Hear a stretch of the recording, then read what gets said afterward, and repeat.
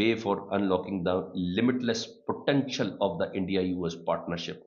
Our teams are working to conclude these discussions at the earliest. I am also looking forward to speaking with President Trump. We will work together to secure a brighter, more prosperous future for both our